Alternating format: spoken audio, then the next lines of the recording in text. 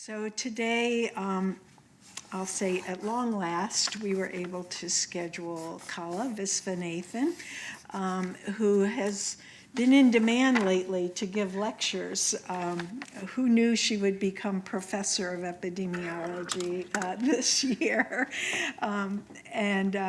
Anyway, she is one of our epidemiologists who focuses on ovarian and breast cancer and the genetic and environmental causes of those diseases. And in particular, she's interested in detection. So you'll hear from her today all about preventing these two cancers. So I welcome Kala today. Thank you. Thank you, and thanks for coming. So what I was going to do today was actually, I probably won't be able to cover both some of the stuff we're doing in ovarian and breast cancer. But I wanted to really focus on some data, some very new data, a lot of it unpublished, really looking at ovarian cancer precursors. And then if I have time, I'll show you some other data that we've done on breast cancer. But if not, I will come back and talk about that. So the title is deliberate to sort of suggest that we still have a way to go, but there's a lot of promising research out there. Some of you may have seen one or two of these slides in my Dean's lecture a little while ago, but I wanted to just highlight, people don't know a lot about ovarian cancer. We know a lot about breast cancer, so I wanted to highlight some differences as we think about this. And so this top graph really looks at the change in mortality rates and incidence rates from 2000. And this is in ovarian cancer. And what I want to point out is that the orange is mortality rate and the blue is incidence rate. And what you see is that there has been this reduction in both over time. But we still have a way to go. And if you look down here at just the standard incident and mortality rates that people are more familiar with, the pink being whites and the dark black being blacks, appropriately. What you see is actually, unlike breast cancer, we see that ovarian cancer has a higher incidence in whites and blacks, but what you also see is that there's just been this very slow decline over a number of years. It's been a very challenging disease to study. And then if you compare that to breast cancer, which people are much more familiar with because it is just more common, you see some different patterns. You don't have that, it's a similar graph, you don't have that, you have a steady decrease in mortality over time. We don't have that same decrease in incidence. It's sort of coming and going. You have very different patterns in terms of age-adjusted incidence rates and mortality rates. One of the big things is it's much higher, clearly, with breast cancer. And you have this issue with blacks and whites where the incidence is higher in whites, but blacks are getting closer, and you have the flip in terms of mortality. So differences just to highlight. We've been very interested in looking at precursor lesions both in the breast and ovary. And I want to present some work thinking about ovarian precursor lesions because it's relatively new. So in the last few years, a number of ovarian precursor lesions have been identified. They're still being characterized, and this comes out of work done here at Hopkins, is also in Boston as well, and other sites. Another important place is Toronto. And how this arose was initially, now probably about 10 years ago, women at high risk, particularly BRCA1 and 2 carriers, were starting to undergo prophylactic oophorectomies because of their increased risk of ovarian cancer. And as part of that, they were having the ovaries and the tubes removed, not always the uterus. And what was noticed is that in a very small percentage of individuals, there was some incidental cancer picked up at the time. And then over time, review of these prophylactic specimens identified some other changes. And these are 3 different changes. One is serous tubular interepithelial carcinomas, serous tubular interepithelial lesions, and P53 signatures.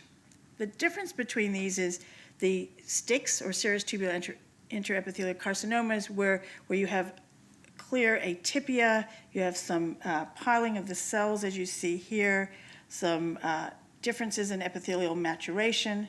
With the serous tubular interepithelial lesions, these are not as well defined, but they're not as mature as, if you like, the sticks. And then these P53 signatures, which perhaps is not the best terminology for them, but they're really just cells, sequential cells that stain positive for P53 expression. So these were all noted, particularly in the fallopian tube of these high-risk BRCA carriers. And the question was whether these were precursor lesions and to what degree, and could we then use them as a way to think about targeted preventive therapy? Because up till now, really for ovarian cancer, the only agent that has been consistently shown is the oral contraceptive pill. And so another question was whether that in itself modifies these lesions. So the first issue was about sampling, and I think this also comes up when we think about breast cancer. So what was happening up till 2005 is that the ovaries and the tube were being given to pathologists. They were removed and given, and there was just your normal sampling. So this is this serial sectioning. And really, the pathologist never could look at the entire sample, because we're talking about 12 to 15 tumor tissue blocks, and then sampling the top slides of these blocks. It became clear that some of these early lesions actually occur in the fimbrial end of the fallopian tube. So the idea was, or the hypothesis is, that some of these changes occur there earlier, and then in a way that we're not quite clear yet, but make some of them make their way to the ovary, and some of them remain in the tube and develop ovarian cancer there. And so Madeira et al. Initially started to think about a different way to process these samples, which actually has been pivotal in the way we think about these lesions, and that is to actually take this fimbrial end and do sagittal sections, so you can open up the fimbria and actually then develop tumor blocks of this fimbrial end, which actually encompasses many parts of the fimbria, and then sagittal sections of the rest of the tube. So in many of the large academic hospitals and some of the other hospitals, all women undergoing prophylactic surgery and some women undergoing ovarian cancer surgery now have what's called the CFIM protocol done to their tissue once it's removed.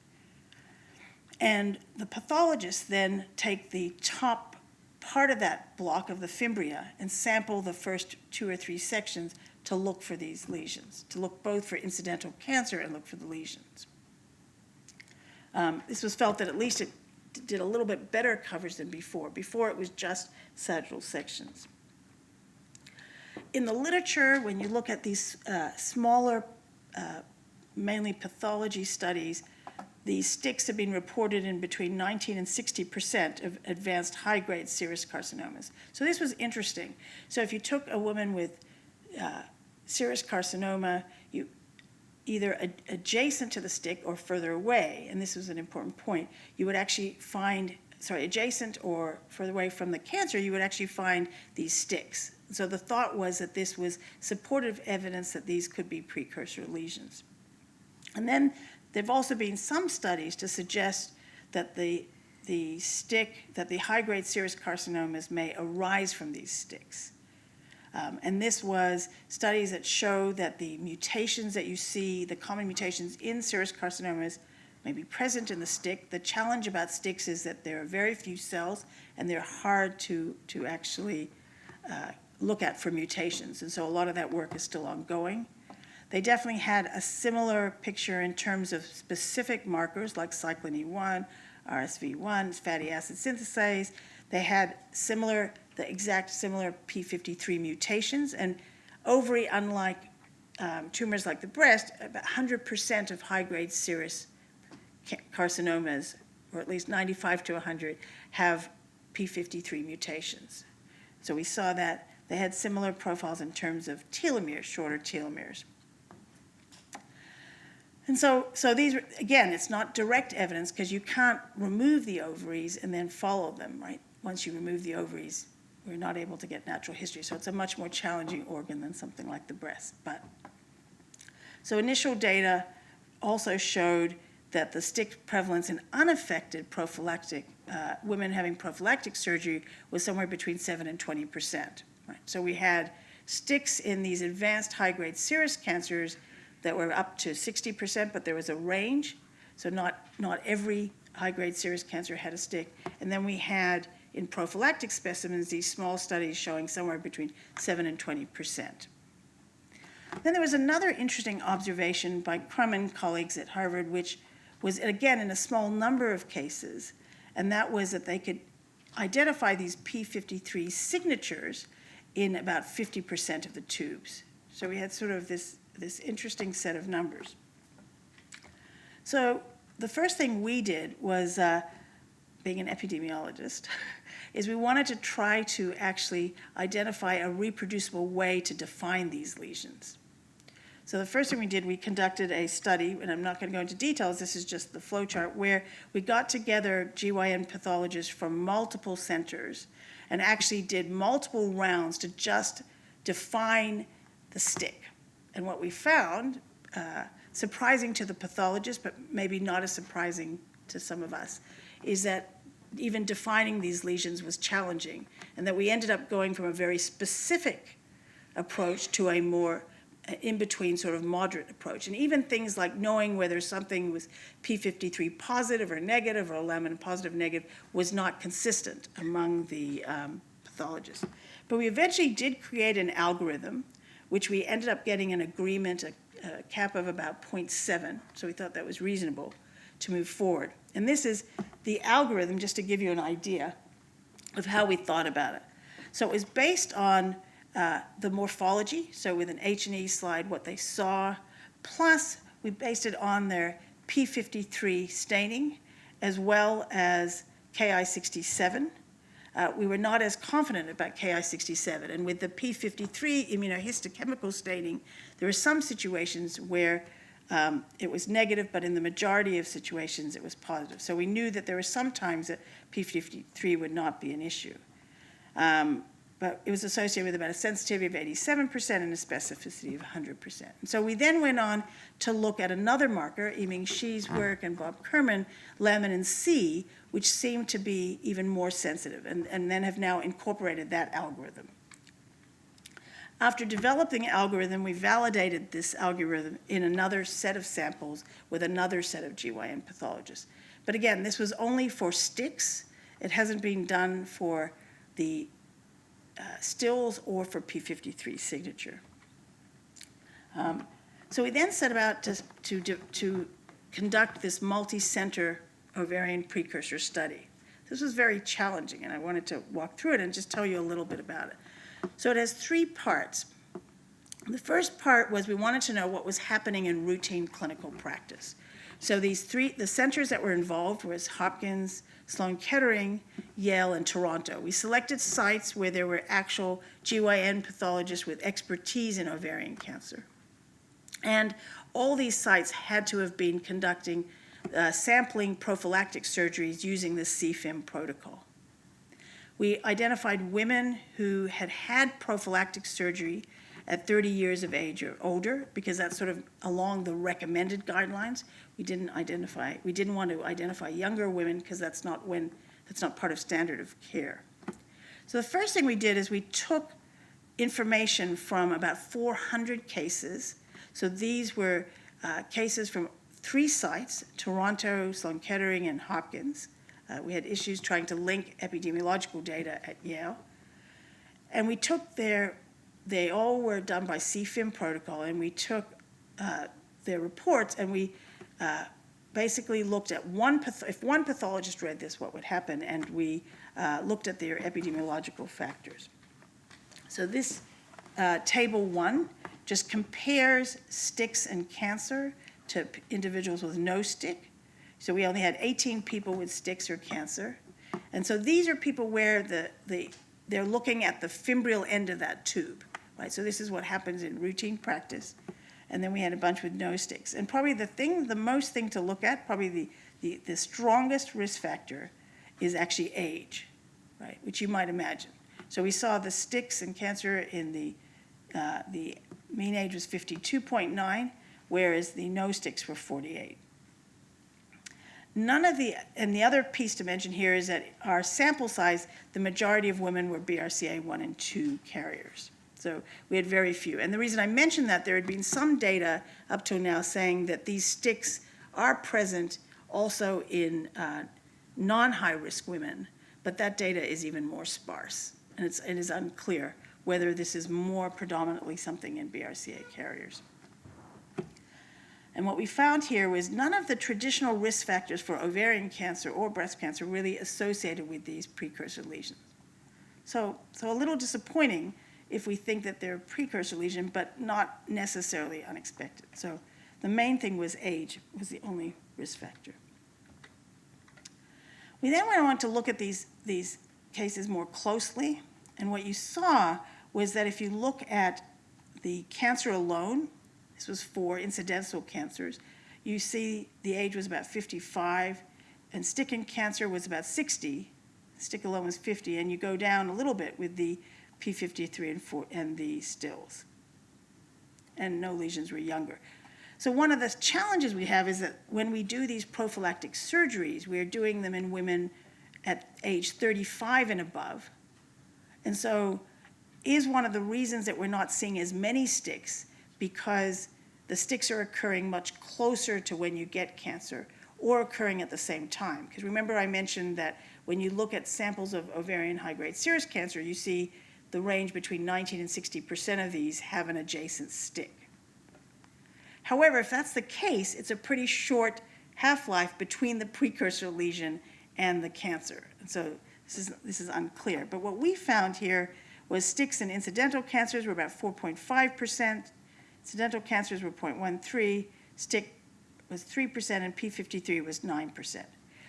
The initial studies in this field had sticks at about 20%. I think now us and one other group have noticed that the actual diagnosis of sticks is a lot lower than we thought. What I want to point out here is this is a study that I was involved with. It's not the same study, where we looked at multiple risk factors and different ovarian cancer types.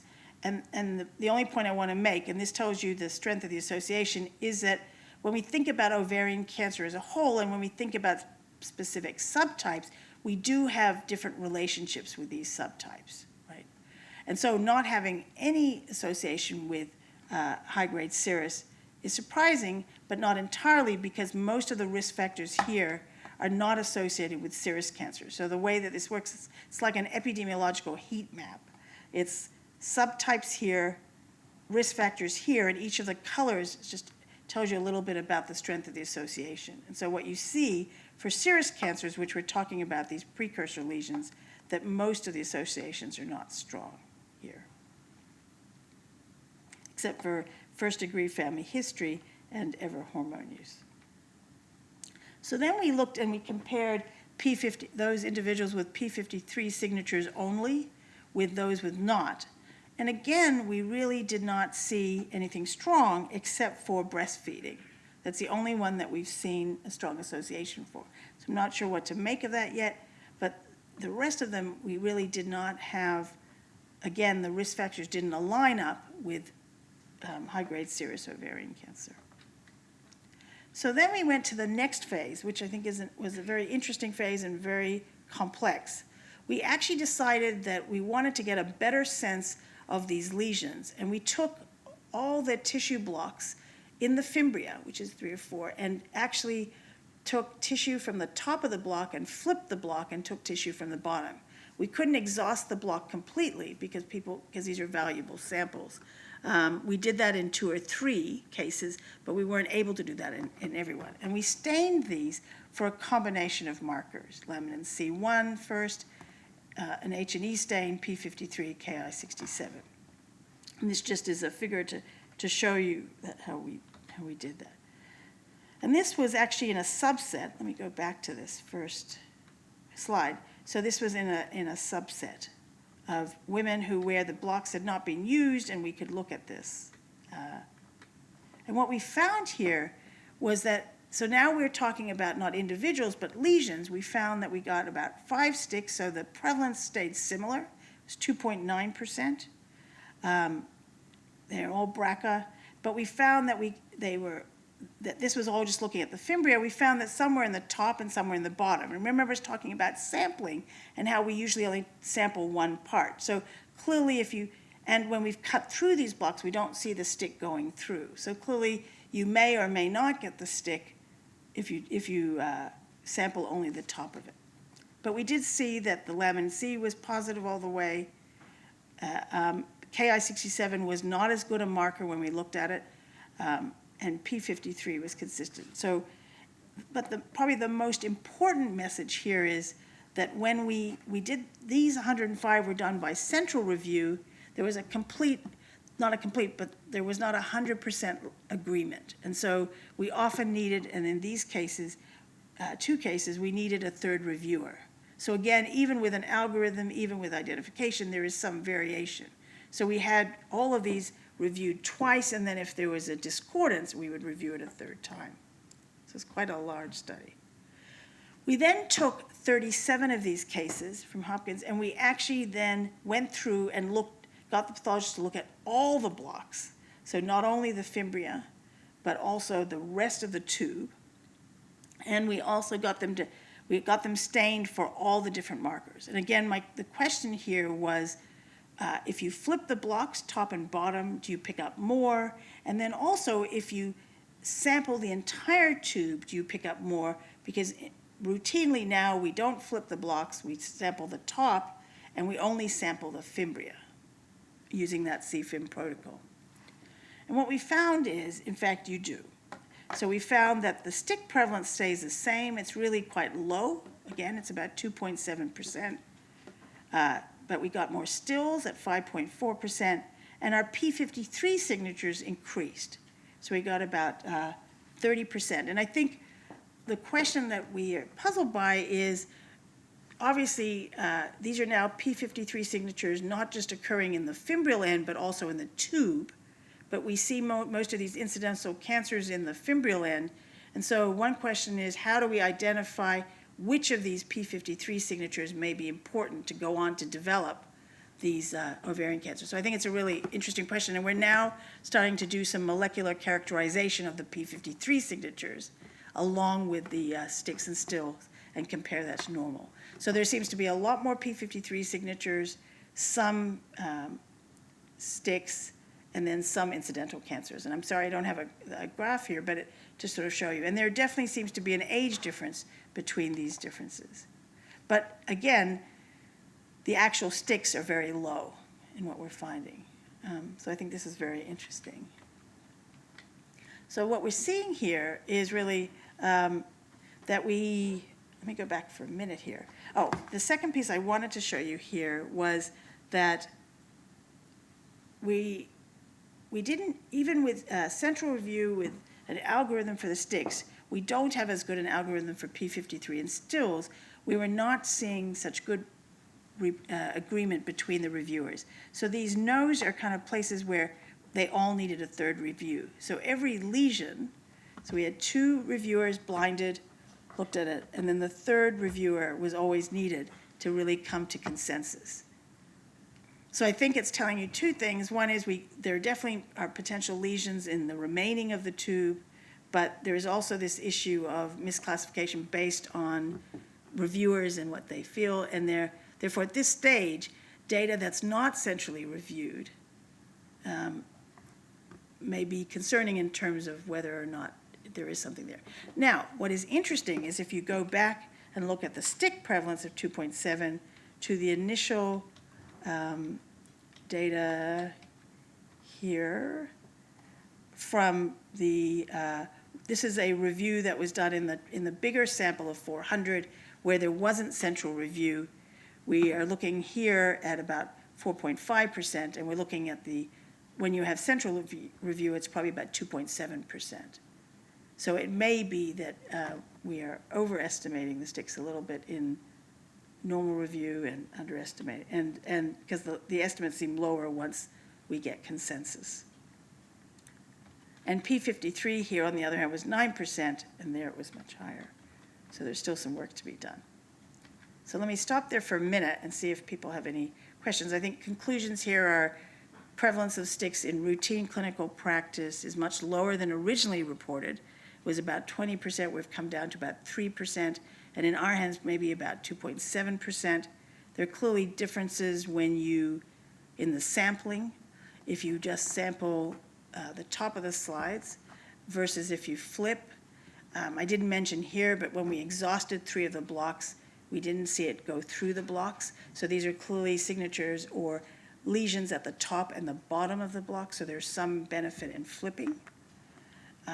We have a lot more P53 signatures, just like was mentioned in a much smaller study by Mehra et al. And Pat Shaw et al. We do need better definitions of still in P53. I think this is probably the largest study with central review. We still need to learn more about these P53 signatures. We now have a study that we're characterizing these P53 signatures, sticks and stills. We actually had to go across the country to identify all these samples because they weren't in these just 3 sites. We've actually got samples from about 20 centers. The risk factors that are classically seen for overall ovarian cancer and then now for the cancer subtypes, so serous carcinoma, we don't see in these precursor lesions. And as I mentioned, the next steps. So I might stop there for a minute and see if people have questions. John? This is a quick question. I mean, I should know the answer to this, but I don't. Is the incidence of ovarian cancer in postmenopausal women the same as premenopausal, or is there a substantial difference? It's much higher in postmenopausal women. Colin, could you repeat the Oh, question? sorry. So, so Dr. Grootman asked, is the incidence of ovarian cancer higher in postmenopausal than premenopausal women? And my answer was it's much higher in postmenopausal women. I should make the clarification 2 things there, which I meant epithelial ovarian cancers versus germ cell or 6-cord stromal, and among that, thinking about high-grade serous. So I assume you don't have any data right now in terms of whether any of these precursor lesions or putative precursor lesions are more prominent in postmenopausal? No, so the question was, do we have any data whether these lesions are more prominent in postmenopausal? So what was interesting, I'm sorry I don't have the graph here, is actually, granted these are small numbers of actual sticks, we did see sticks in 76-year-old women who had prophylactic surgery, as well as 60-year-old women, as well as 50-year-old women. So we are seeing it across the range. What you see is the P53 signatures, the distribution is much broader across the ages, and the no lesions. And the sticks seem to be a narrow distribution, but there definitely is some older ones. I had thought initially there might be a range where in the older women we wouldn't get it. We didn't have that many older women because these are really prophylactic surgeries, but we did have a few, and we were seeing them in postmenopausal women. We also looked, I'm very intrigued by the fact that the prevalence of these lesions are so high at the time of diagnosis of ovarian cancer, but so low in prophylactic samples, even though the age range is somewhere between 35 and 60. So we also went back to look to see whether we might be missing some in the general population, and could there be sticks that are closer in women having surgeries, having prophylactic surgeries for other reasons. So they're having their uterus removed for endometriosis or fibroids, and then having their ovaries removed at that time, postmenopausally, but we didn't see them. Definitely our study is 95% BRCA carriers. We wanted to be very homogeneous about it, so BRCA 1 and 2. Some other studies have had a mix, they didn't know genetic states, but I really wanted to look among a defined population. And we really went from 30-year-olds up. But other studies, although smaller number, have reported at least the observation of sticks in non-high-risk women. It's very, very challenging. And I think one of the points I learned as we did this is it's challenging on many fronts conducting this sort of thing, because it's important, because it's multi-center and you have lots of samples. But actually getting pathologists to review thousands of slides was incredibly challenging. So if I go back to this, in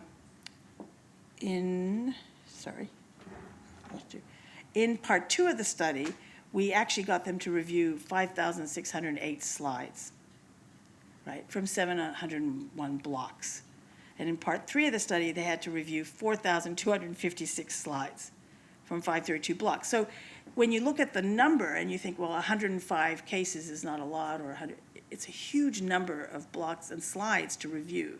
And these were all reviewed by at least 2 pathologists, in most cases 3. And all had to be stained. So that's the part that's a much larger endeavor. But I think it's helpful just to give better information across many sites. Other questions?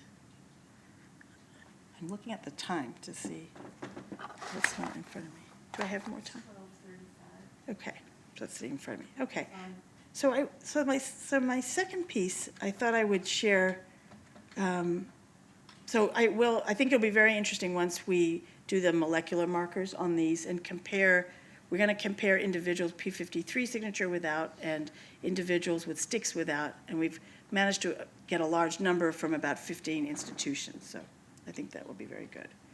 Okay, the next piece I actually want to talk about was we've done a lot of work on the impact of removing the ovaries. There's been this, it's very interesting, actually I'll back up here before I start that, is to say, so one of the things that's come out of all of this is that there is a group of people now talking about salpingectomy, so removing the tube early in high-risk women to reduce their risk, but keeping their ovaries, because they know that some of these incidental cancers occur in the tube and then going back later to get the tube. And this has been a very controversial and a hot debate, because we really don't have data to know whether by removing the tube, how much does that reduce ovarian cancer. So the idea here is that, say, in a BRCA1 carrier, you would remove the tube around 30, keep their ovaries, and then somewhere later remove their ovaries. I think there's a trial that's been trying to get off the ground in the US for a while that we hope might happen. But nevertheless, some people are already doing that. And I think the concern that I have is I'm not really clear that we know how many incidental cancers we'll miss, and can be completely reassuring that if you remove the tubes, that you can go back in and remove the ovaries at 50, right? And can you wait that long, given that there is this higher risk? But the study is going to be done in BRCA carriers, and I think there is a study also in Canada. Anyways, along that line, we've done a number of studies looking at the impact of removing the ovaries on health outcomes. We looked at, and one of the areas in that way has been to look at BMI. So we've looked at things like cardiovascular outcomes and cognitive outcomes and mortality, but I was very interested to understand about how removing the ovaries and estrogen deprivation, so removing the ovaries at a young age, might actually be associated with BMI. And I wanted to show you some fairly new data from a small pilot study that I think is quite provocative. So this is just saying we've done some research and published on it, where we've shown that increased oophorectomy, that early oophorectomy is associated with increased BMI and increased mortality, and also with bone loss. But now, one of the things that we did is that spurred us to go on and do this pilot study. And I thought I'd share a little bit of this data with you, because I think it's pretty impressive. So we conducted this pilot study among basically young women who, between the age of 30 and 50, who were undergoing early prophylactic oophorectomy, so continuing that theme, but who had not, and it was really for ovarian cancer prevention. So they were high-risk women, mainly BRCA carriers, but also women with a strong family history of ovarian cancer. And we identified women who had had their ovaries removed within the last 5 years, so it was a very specific group. And we wanted women who did not get hormone therapy. So nowadays we tend to give estrogen therapy in these very young women after we removed their uterus. This was a few years ago. And we compared them to women of the same age who actually had their ovaries in, who were also at high risk based on a family history. And the reason for doing that is I wanted to make sure they were similar in terms of other screening. And then we compared them to women who were postmenopausal, but just recently postmenopausal, so about 40 women. And we collected urines, bloods, blood pressure. We measured, we got them in, measured their height, weight. We have cognitive data we haven't looked at yet. We looked at their ultrasounds of their carotids. We looked at their vasculature in terms of their brachial. We did some DEXA bone scans to look at body fat. And actually with Jim, which we've never finished yet, we started to look at some of their metabolomics as well. That was the blood data. So I just thought I'd share a little bit of this data because I think it's really interesting. Granted that it's not a huge study, but it does give us some important insight. So here the case is that these are all individuals without cancer, and the case is actually the women who had the early oophorectomy. Okay, and this is just to give you the characteristics. It doesn't tell you much except that most of them had an oophorectomy and hysterectomy, but I want you to focus down as we come here to this point. So in the women who had an early oophorectomy, their physical activity was significantly less than women who were same age, premenopausal, or who were postmenopausal. So there were differences in physical activity. They were actually doing much less physical activity. If we look even closer, so we did hormone markers, blood pressure, and so on, we didn't see any differences. We also looked at their weights. So if you look here, across the weights, the oophorectomy, their mean weight was slightly higher, but it wasn't significantly different to these other two groups. And if you look at BMI, the BMI was slightly higher, but it wasn't much different, right? However, once we did more closely look at their weight, we saw very large differences. So this first one is waist measurement. So this is just measuring their waist. The women who had an oophorectomy had a much higher waist measurement than the other two groups of women, pretty impressively different. Their hip measurements were different. Their abdominal measurements were significantly different, 95 centimeters versus 87, 85. So these are large differences. And then when we started to use, by the DEXA scan, to look at their percent fat, these were staggeringly different too, 38% versus 34 and 33. But then we also wanted to look at their lean muscle mass. And what we saw here was their lean muscle mass was less. This had never been looked at. So it's not just that their fat was increasing, but their lean mass was decreasing, which I thought was just really interesting. And so here again, we saw these huge differences. And we saw this very big difference, if you look at the bottom, in lean fat ratio. I think this has been shown so much, but these are very large differences. Remember, we're comparing women the same age and risk factors on everything else, except that they didn't have their ovaries out, and there was no estrogen. So there's huge differences, but I think part of what I want to illustrate is that if you just look at BMI, you might miss it, because BMI is such broad categories.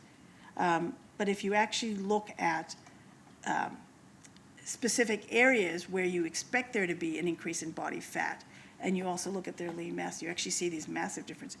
I mean, I was quite surprised by how huge these differences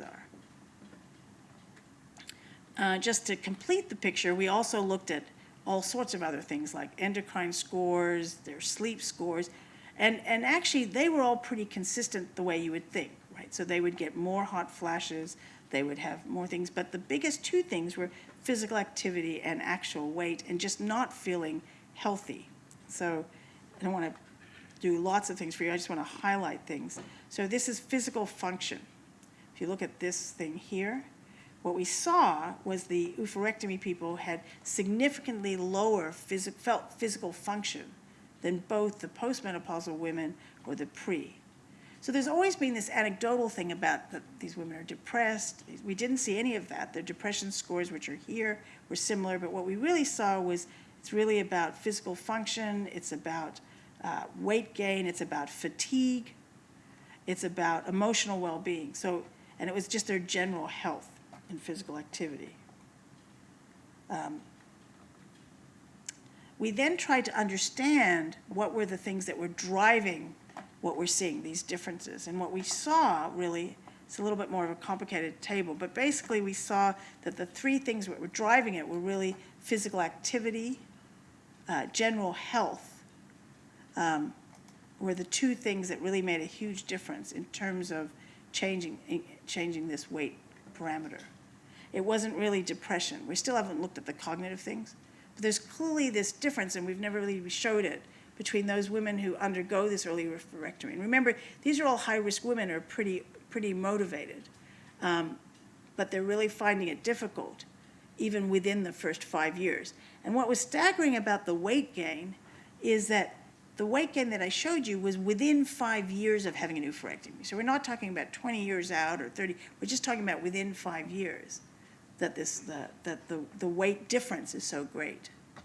So I thought that was very interesting. We now want to look at, there's a lot of data about changes that occur in the adipose tissue that might explain this with estrogen deprivation. Some of it's been in breast, some of it's been in the omentum, so we want to start to look at that more closely and actually conduct something where we look at the impact of giving estrogen, because we think that all of these will be less with estrogen. If you give estrogen, then clearly these things, but why is that the case?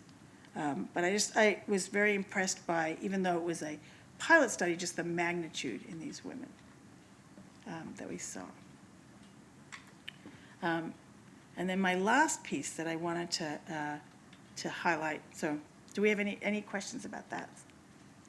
So where we're headed with that study is we're looking at the cognitive part, and then we're going to work with the GYNs and Stephanie, who's here, to actually conduct a study, a prospective study, where we actually map this out and look at this. So we can pick up precursor lesions. We can also look at all these other endpoints. But I think it's interesting because when women have these surgeries, we don't tell them about any of these risks. We do talk a little bit about mortality from cardiovascular disease stuff, but we don't talk about increases in BMI. We don't talk about weight. We don't monitor whether they're being physically active or ways to intervene. And so I think this data will definitely help that. So my last piece is actually a study that we did a few years ago, but I think it tied in with what we were talking about. Just give me 1 second. Is this issue of estrogen therapy. And that's been another hard one to talk about, but this was a study that we looked at where we looked at the relationship between having an oophorectomy, estrogen therapy, and mortality. And it was actually, just to put a hook into this was in a group diagnosed with breast cancer. So we were trying to understand what is the impact of oophorectomy when you have breast cancer and you've taken previous estrogen therapy. And we're really trying to look at competing risks with breast cancer mortality and cardiovascular mortality, and how does oophorectomy and estrogen therapy impact that. And what you see here is this is a Kaplan-Meier of mortality and years since breast cancer diagnosis. And what you have here is the no surgery, no estrogen arm is black. You have the dotted line, which is women who had an oophorectomy and then were given estrogen. And then you have the blue line where they got no estrogen. And what you see is that the mortality is higher when you have been given estrogen and even though you've had an oophorectomy. It's lower if you had the oophorectomy and no estrogen. And so our question was, and this has been this complicated question about, we know that oophorectomy reduces the risk of breast cancer by about 50%, but we also want to give estrogen back because of all the complications we were just talking about. And so how do we understand to what degree giving estrogen back might impact that risk or that benefit from having an oophorectomy? And so what you see here is there is some impact when you give estrogen back.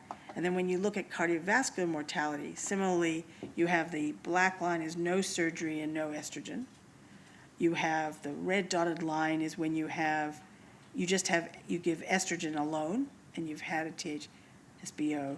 So you actually improve your cardiovascular mortality, but you decrease your breast mortality is a bit worse, your cardiovascular mortality is a bit better.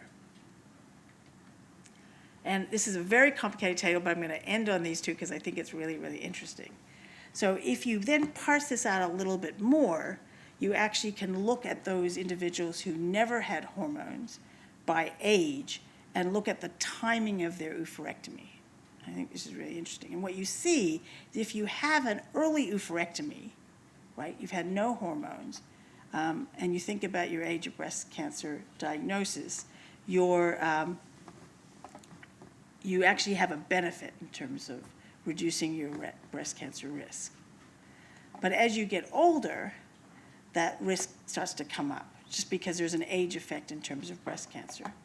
But as the age at which you have that oophorectomy increases, the benefit from having an oophorectomy also goes away. So this is that clear issue where the timing of oophorectomy matters, and why we actually suggest that women have the oophorectomy early so it can benefit both. So as the oophorectomy gets older, so if you're 50, that increase, you start to get an increase in risk. And this is just among never hormone users. If you then go to current users of estrogen, right, you still have a benefit if you remove the ovaries at a young age. It's under 1. But as you get older, much more quicker does that benefit go away, right? So when you're giving estrogen to people who have their ovaries out early, the risk starts to increase by 40. If I go back to the previous one, you still keep that benefit if you're not giving hormones. So there is some trade-off that we're doing now by giving hormones to improve other aspects in terms of their breast risk. We're not necessarily increasing it much, but we're definitely increasing it a little bit. And I just show this to tell you kind of some of the complicated things that we think about, because we're really dealing with multiple things: cardiovascular risk, breast mortality, breast diagnosis, timing of these hormones, and then all the other morbidity like BMI increases and that. So we're trying. And so right now, in very young women having oophorectomies, we're tending to give some estrogen for a short period of time, for about 10 years or so. About 5 to 8 years ago, we were not giving any, but we found that they were getting so many significant side effects. But time will tell whether we have kept their ovarian risk low and not increased their other risks. We still don't have long-term data in these BRCA carriers and high-risk women. We are using mainly general population data to give us that information. But this just gives you an idea of some of the complexities.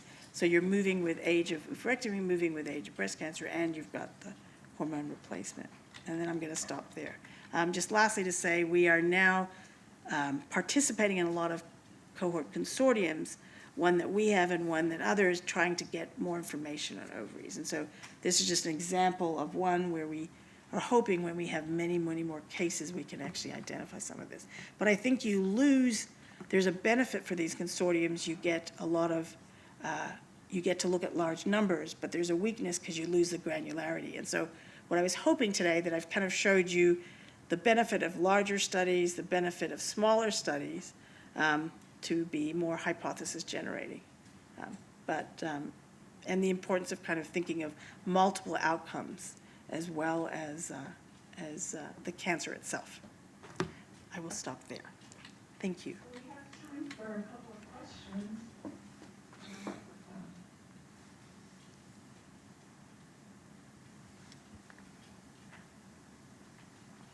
Kala, since you're interested in young women, what are some of the considerations as you study them in terms of the mechanisms involved in these two cancers?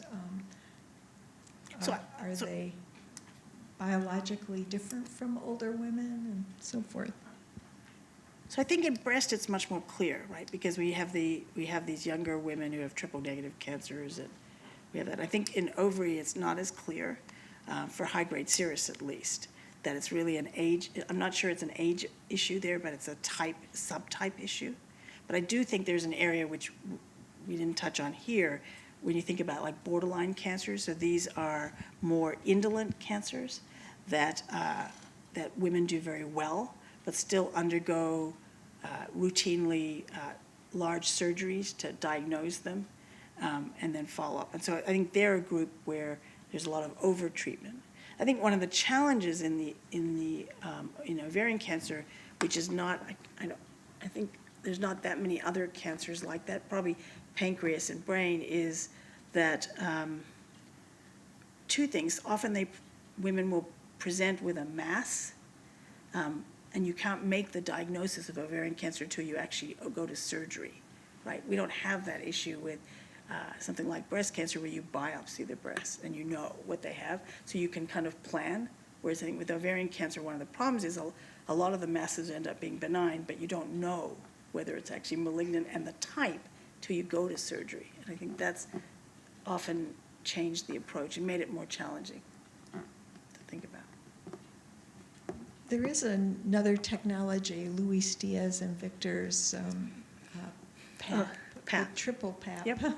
So I think that's really promising, right? So the PAP test, not for cervical cancer, but the PAP test for, they've done some studies with uterine and then ovarian. And I think the uterine looked even more promising because it's a very direct way to measure it. I think the ovarian data, at least the initial data, looked promising, but there was still a lot they weren't picking up. And I think that's their first thing, and I think it's going to be interesting to look at the larger numbers and see what they find. So this is actually using the PAP, a similar thing to the PAP test, to identify specific mutations. I think the one good thing is P53, for example, is seen in almost 100% of high-grade serous, so that's kind of a nice mutation. The question is going to be what should be that mutation panel and how sensitive it is.